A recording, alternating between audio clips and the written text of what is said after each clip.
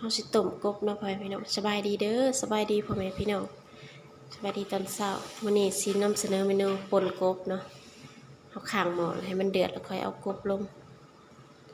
อันนี้เขาใส่ปลาแดกก่อนอันนี้คือกบของเขาเนาะเขาย่างเขาไปย่างไฟให้มันเกือบสุกเนาะเผื่อมันดับคาวได้นะอันนี้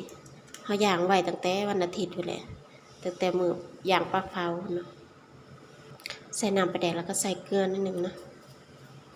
เพื่อดับคาว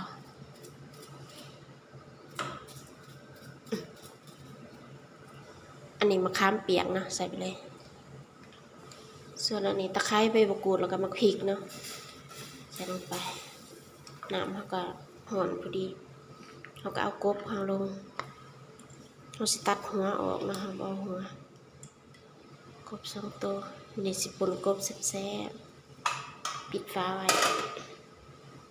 ส่วนหม้อนี่เป็นหน่อไม้นะนี่หน่อไม้ที่เราเหลือจากการแกงนะแกงบ่เบิดเราก็เลยไว้กินกับป่นนะ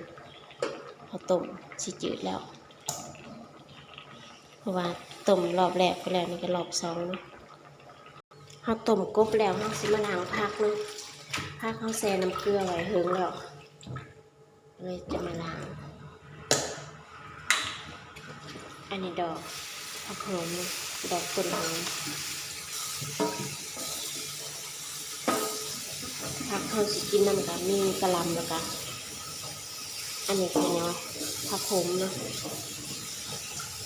ดอกผักโขมจะเคี่ยวนิดหน่อย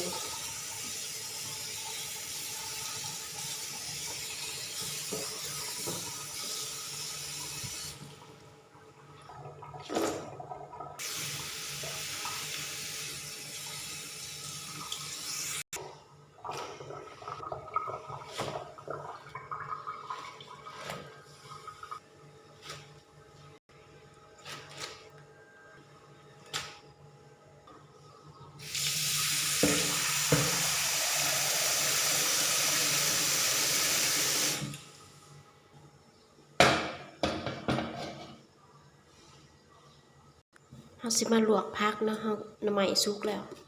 ใส่เกลือลวกผักต้องใส่เกลือนิดหนึ่งรอน้ำมันพดค่อยเอาผักลงเนาะมาเบิ่งกบเฮานี่สุกแล้วเหลืองงามอร่ามสุกเรียบร้อยเดี๋ยวจะหน่อยเอาไปป่นเนาะป่นกบเฮาสุกแล้วเนี่ยใช้ไปป่นแล้วมันพอดีเลยน้ำนี่เขาตักกบออกมาอันนี้ผักหอมเนาะใช้เขาใส่ป่นต้นหอมผักชีแล้วก็หอมเปย์กบเฮาเปื่อยผักดึงส่วนอันนี้เป็นพริกก่อนสีป่นกบต้มน้ำเฮาเดือดอันนี้น้ำใหม่มันก็แบบหลังมันก็ยังเป็นสีแดงใส่ลงไปใส่กระลำลงก่อน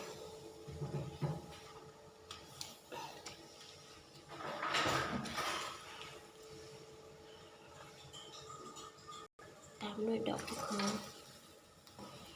ลงไป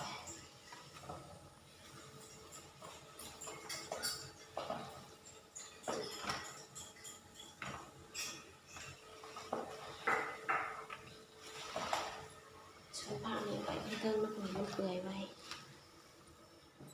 มันอยู่ตรงกลางโยกลงติดหมู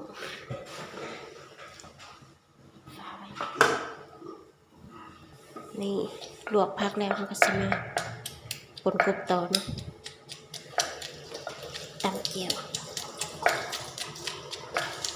เขาตำหมักพริกแรงแล้วเขาเอาใส่กบของเรา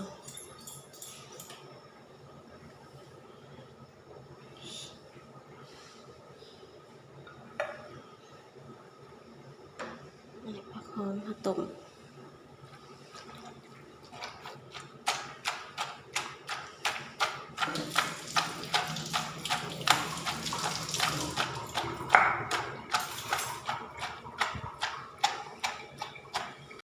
นี่ป่นกบเขาแล้วเรียบร้อยเขาก็สิมาปรุงเนาะปรุงก็สิใส่2อย่างพอเพราะน้ำปลาแดกก็เขาใส่แล้วเกลือกันนิดนึงแล้วอันนี้ใส่ชูรสเนาะใส่แป้งนัวลงไปตามด้วยน้ำปลานิดนึงเนาะมันจะเค็มใส่นิดเดียวส่วนอันนี้น้ำต้มที่เราเตรียมไว้ใส่กับต้นหอมลงไป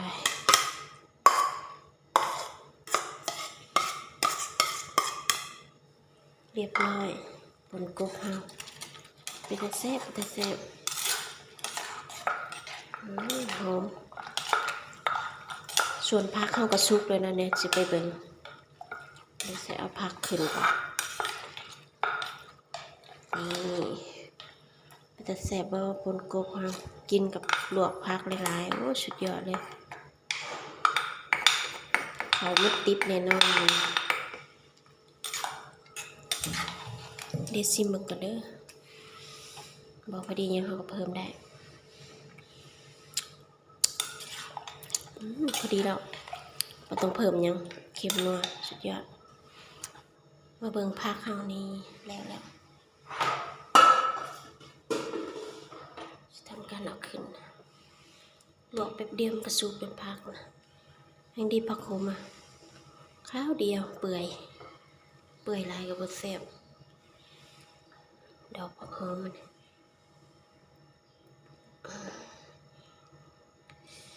ชอบกินผักเยอะๆนี่กินกับป่นแล้วสุดยอดเลยแซ่บ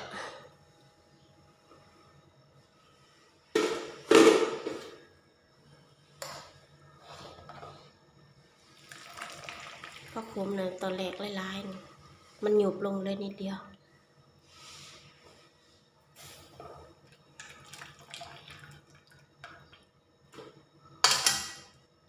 แต่เดนนี่เตรียมเรียบร้อยเขาก็สิตักป่นกบเขาเนาะเด้อทุกคนกินข้าวแซ่บป่นกบมาเนี่ยแซ่บแท้แน่นอนผักเยอะๆ